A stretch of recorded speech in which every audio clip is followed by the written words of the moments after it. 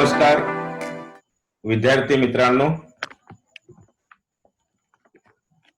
आज आपण आपल्या या चालू प्रकरणामधील म्हणजे सहकारी संस्थेचे हिशेब व हिशेब तपासणी या प्रकरणाच्या आपण आज शेवटच्या टप्प्यांमध्ये पदार्पण करीत आहोत. मित्रांनो, आज आपण सहकारी संस्थेच्या हिशेब तपासणी बाबतच्या किंवा ऑडिट संदर्भातील महाराष्ट्र सहकारी कायदा 1960 मधील कायदेशीर तरतुदीच्या संदर्भात माहिती अभ्यासूया.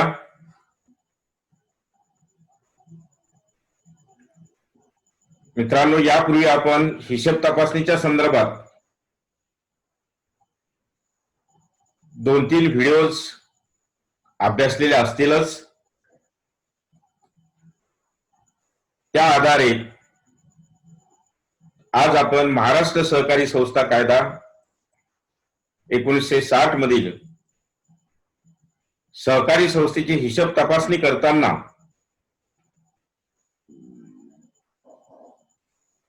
त्या संदर्भातील सहकारी कायद्यात कोणकोणत्या तरतुदी करण्यात आलेल्या आहेत, legal provisions regarding audit of cooperative society याविषयीची माहिती आपण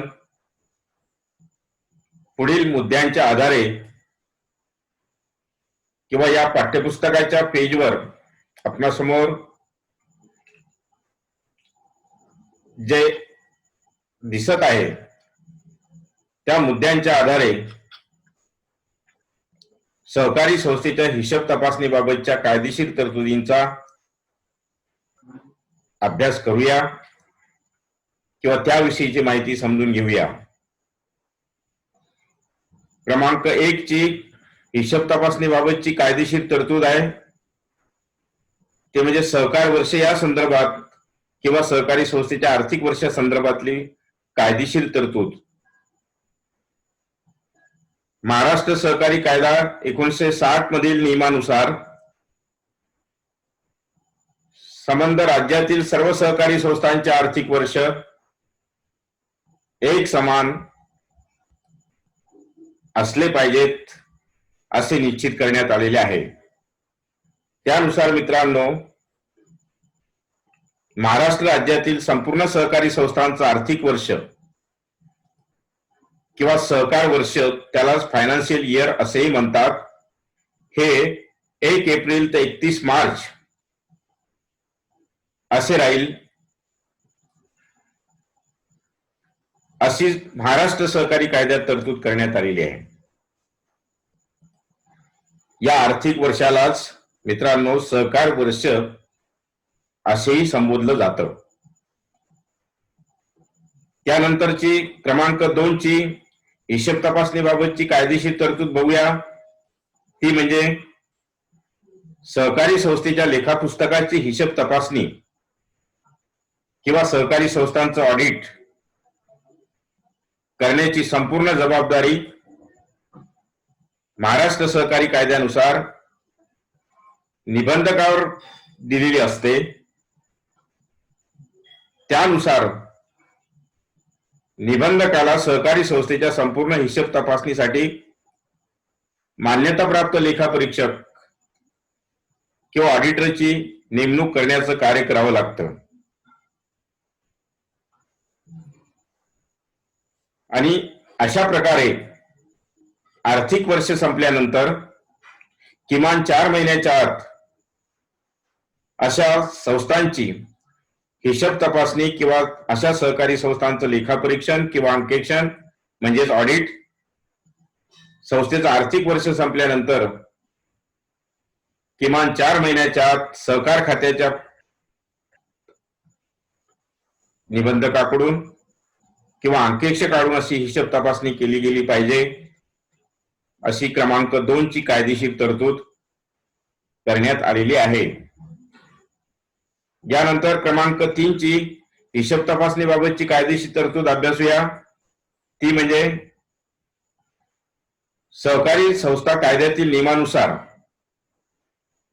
सहकारी संस्थांनी आपल्या संपूर्ण आर्थिक व्यवहाराची नोंदी करण्याकरिता किंवा हिशेब लिहिण्यासाठी किंवा हिशेबाचं लेखन करण्यासाठी सहकारी संस्थेच्या मुख्य कार्यालयामध्ये काही वैधानिक हिशेब पुस्तके किंवा हिशोब पुस्तके किंवा बुक्स ऑफ अकाउंट ठेवली पाहिजेत, अशी सहकारी कायद्यात तरतूद करण्यात आलेली आहे. ती संस्थेची हिशेब पुस्तके पुढील प्रमाणे संस्थेमध्ये ठेवणे बंधनकारक आहे. ती म्हणजे क्रमांक 1 किंवा सहकारी संस्थेच्या सभासदाचं नोंदणी पुस्तक नमुना आय प्रमाणे ठेवणे बंधनकारक आहे. ब भाग नोंदणी पुस्तक म्हणजे शेअर रजिस्ट्रेशन बुक. काय कर्ज रोखे नोंदणी पुस्तक. ड सभासदांच्या किंवा संचालक मंडळाच्या सभांचं इतिवृत्त नोंदणी पुस्तक किंवा सभा वृत्तांत नोंदणी पुस्तक किंवा टिपण वही सभेची. त्यानंतर संस्थेचं कॅशबुक किंवा रोकड वही आणि त्यानंतर लेजर किंवा सामान्य खाते वही. नंतर मालसाठा नोंदणी पुस्तक किंवा मालमत्ता नोंदणी पुस्तक. अशा प्रकारची महत्वाची संस्थेच्या आर्थिक व्यवहाराच्या किंवा हिशोबाच्या नोंदी करण्यासाठी किंवा जमा खर्च लिहिण्यासाठी इत्यादी हे हिशोब पुस्तके संस्थेत ठेवली पाहिजेत. ही कायदेशीर तरतूद झाल्यानंतर क्रमांक 4 मध्ये आपण कायदेशीर तरतूद बघूया. म्हणजे सहकारी संस्थेची वार्षिक हिशोब पत्रके ही तयार केली गेली पाहिजेत, या संदर्भातली तरतूद आहे.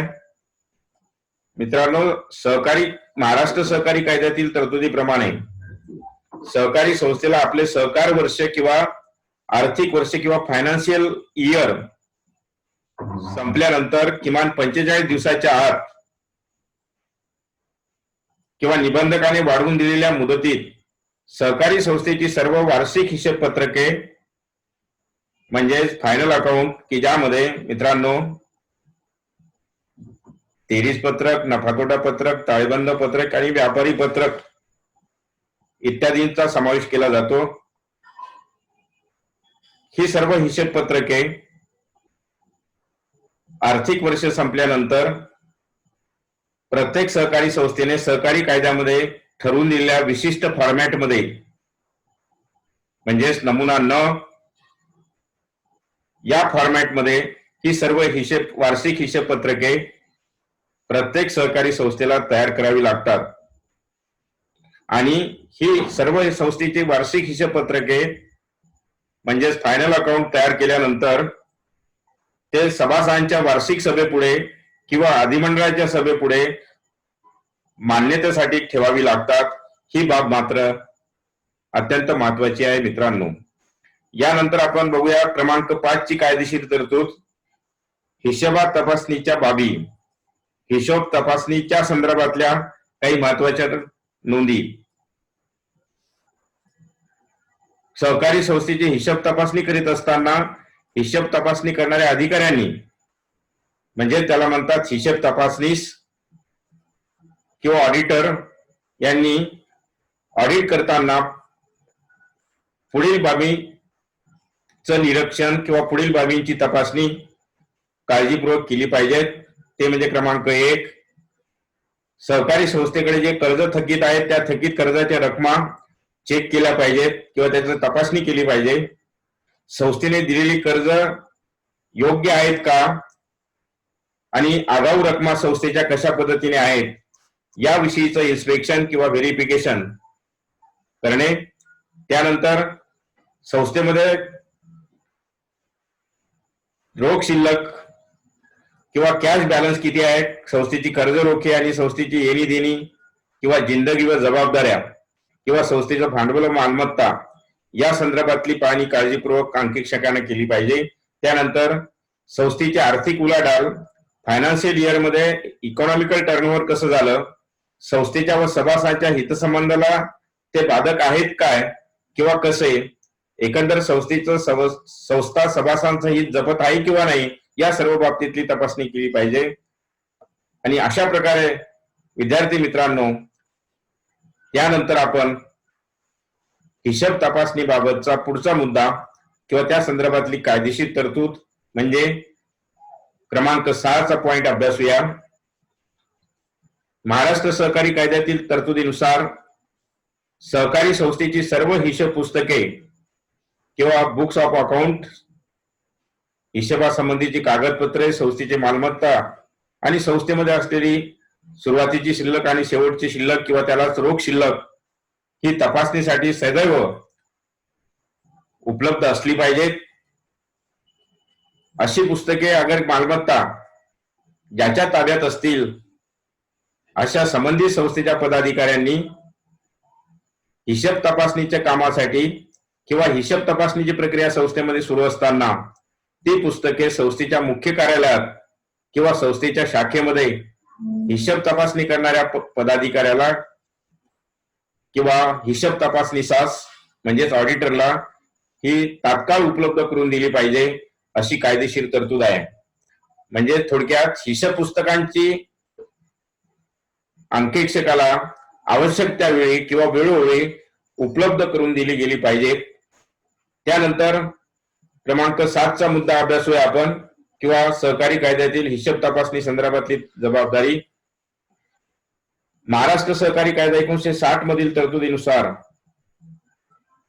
हिशोब तपासणीसाठी किंवा सहकारी संस्थेचं अंकेक्षण किंवा लेखापरीक्षण करण्यासाठी मित्रांनो आवश्यक असणारी सर्व माहिती किंवा डाटा किंवा इन्फॉर्मेशन संबंधित लेखापरीक्षकाला किंवा अंकेक्षकाला किंवा हिशोब तपासणीसाला पुरविण्याची जबाबदारी संस्थेचे माजी व आजी पदाधिकारी म्हणजे संस्थेचे माजी म्हणजे संस्थेचं संचालक मंडळ किंवा संस्थेचे अध्यक्ष, सचिव किंवा संबंधित जे पदाधिकारी असेल ते त्यांची राहील. आणि तसेच संस्थेचे सेवक, अधिकारी व कर्मचारी यांच्यावर ही संस्थेची माहिती पुरवण्याची जबाबदारी दिली जाईल. संस्थेचे व्यवहार व कामकाजासंबंधी निबंधक किंवा त्यांनी नियुक्त केलेल्या व्यक्तीच्या आदेशानुसार आवश्यक असणारी माहिती संस्थेने संबंधित लेखापरीक्षकाला किंवा हिशोब तपासणीसाला पुरविली गेली पाहिजे. म्हणजे जेणेकरून लेखापरीक्षणाची प्रक्रिया किंवा हिशोब तपासणीचं कार्य सुरळीतपणे किंवा सुनियोजित पद्धतीने यशस्वीपणे हिशोब तपासणीसाला पार पाडण्यास सहकार्य होईल. यानंतर आपण बघूया क्रमांक 8ची कायदेशीर तरतूद अंकेक्षणाविषयी. महाराष्ट्र सहकारी कायद्यातील 1960च्या तरतुदीनुसार सहकारी संस्थेची संपूर्ण लेखा पुस्तके म्हणजेच हिशोब पुस्तके, अकाउंट बुक्स व संस्थेची वार्षिक हिशोब पत्रके म्हणजेच फायनल अकाउंट सभासदांना अवलोकनासाठी म्हणजे सभासदांच्या पाहणीसाठी संस्थेच्या मुख्य कार्यालयात खुली ठेवली पाहिजे. वार्षिक हिशोब पत्रकाची एक प्रत तयार केल्यापासून किमान 15 दिवसाच्या आत निबंधकांनी नियुक्त केलेल्या मान्यताप्राप्त लेखापरीक्षकास पाठवावी अशी कायदेशीर तरतूद आहे. यानंतर क्रमांक 9चा पॉइंट किंवा कायदेशीर तरतूद अभ्यासूया. ती म्हणजे सहकारी संस्थेच्या हिशोबातील दोष व दुरुस्ती संदर्भात. मित्रांनो, सहकारी संस्थेची हिशोब तपासणी करताना लेखा पुस्तकात किंवा हिशोब पुस्तकांमध्ये हिशोब तपासणी करणाऱ्या अधिकाऱ्याला म्हणजेच हिशोब तपासणीसाला आढळून आलेले दोष किंवा हिशोबातील चुका, त्रुटी व अनियमितता याचा उल्लेख हिशोब तपासणीसाने आपल्या अंकेक्षण अहवालामध्ये किंवा ऑडिट रिपोर्टमध्ये केला पाहिजे अशी कायदेशीर तरतूद आहे. संस्थेने हिशोब तपासणीसांचा अहवाल किंवा ऑडिट रिपोर्ट मिळाल्याच्या तारखेपासून किमान 3 महिन्याच्या आत त्या हिशोबामध्ये किंवा अंकेक्षण अहवालामध्ये हिशोब तपासणीसाने दाखविलेले दोष दुरुस्त केले पाहिजेत अशी कायदेशीर तरतूद आहे. त्यानंतर सहकारी संस्थेच्या हिशोबामध्ये अंकेक्षकाने दाखविलेले जे दोष किंवा त्रुटी तसेच दोष दुरुस्त केल्याबाबतचा अहवाल पुन्हा परत संस्थेने निबंधकाकडे पाठविला गेला पाहिजे आणि त्यानंतर संबंधित संस्थेने दोष दुरुस्ती अहवाल, मित्रांनो ही एक महत्वाची नोंद घ्यायची आहे, हा नमुना किंवा एका विशिष्ट फॉर्मॅट मध्ये हा दोष दुरुस्ती अहवाल तयार करावा लागतो, तो म्हणजे ओ मध्ये पाठवावा लागतो। संस्थेने दोष दुरुस्ती अहवाल हा नमुना ओ मध्ये पुन्हा परत निबंधकाकडे पाठविला गेला पाहिजे अशी कायदेशीर तरतूद आहे। ही बाब मात्र महत्वाची मानली जाते। त्यानंतर क्रमांक 10 ची अंकेक्षणाविषयी तरतूद बघूया किंवा क्रमांक 10 चा मुद्दा, अधिमंडळाच्या वार्षिक सर्वसाधारण सभेस किंवा सभासदांच्या वार्षिक सर्वसाधारण सभेस अॅन्युअल जनरल मीटिंगला हिशोब तपासणीसाठी उपस्थिती या संदर्भातली माहिती बघूया।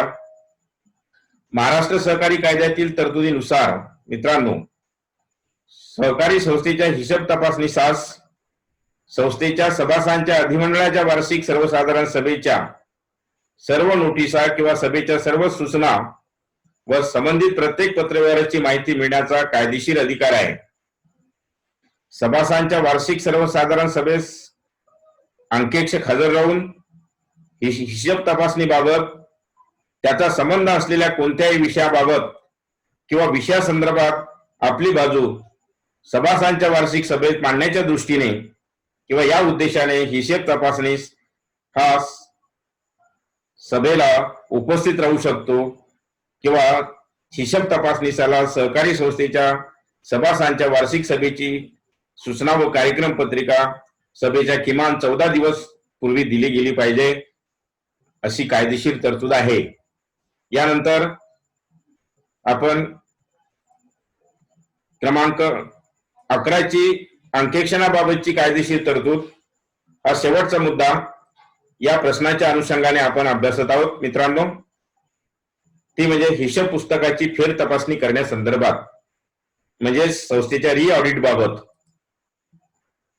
महाराष्ट्र सहकारी कायदा 1960 मधील तरतुदीनुसार संस्थेच्या मागणीवरून किंवा संस्थेच्या कोणत्याही हिशोब पुस्तकाची पुन्हा तपासणी करण्याच्या संदर्भात संस्थेच्या सभासदांनी जर निबंधकाकडे मागणी केली असेल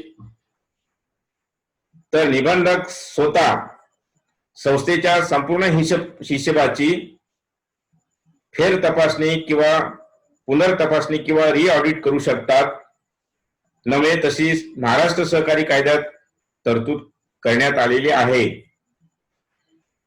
सहकारी संस्थेच्या हिशोब तपासणी झाल्यानंतर त्या संबंधित हिशोब तपासणीमध्ये सहकारी संस्थेला किंवा संस्थेच्या सभासदांना जर काही शंका असेल किंवा ही हिशोब तपासणी पारदर्शक पद्धतीने किंवा इम्पार्शियल पद्धतीने किंवा त्यामध्ये काही डाऊट्स सभासदांना किंवा संस्थेला जर असेल तर त्या संबंधित संस्थेच्या हिशोबाची पुनर्तपासणी करण्यासंदर्भात किंवा फेर तपासणी करण्यासंदर्भात सहकार खात्याच्या निबंधकांकडे किंवा प्रशासकीय अधिकाऱ्यांकडे संस्था लेखी निवेदन सादर करू शकतात आणि त्यानंतर